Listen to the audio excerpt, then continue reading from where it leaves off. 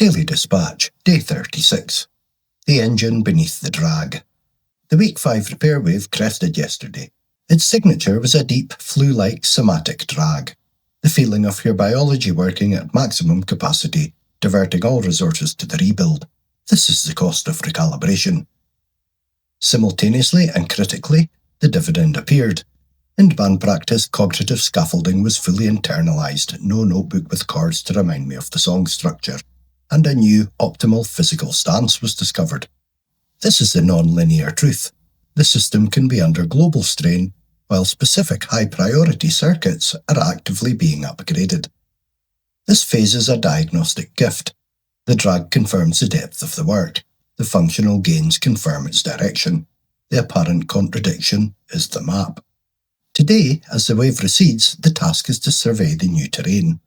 What level of operational clarity returns? This establishes the baseline from which the next phase, the approach to the 2-month wall, will be measured. The work is not just enduring the weather, it is documenting the changed landscape after the storm passes.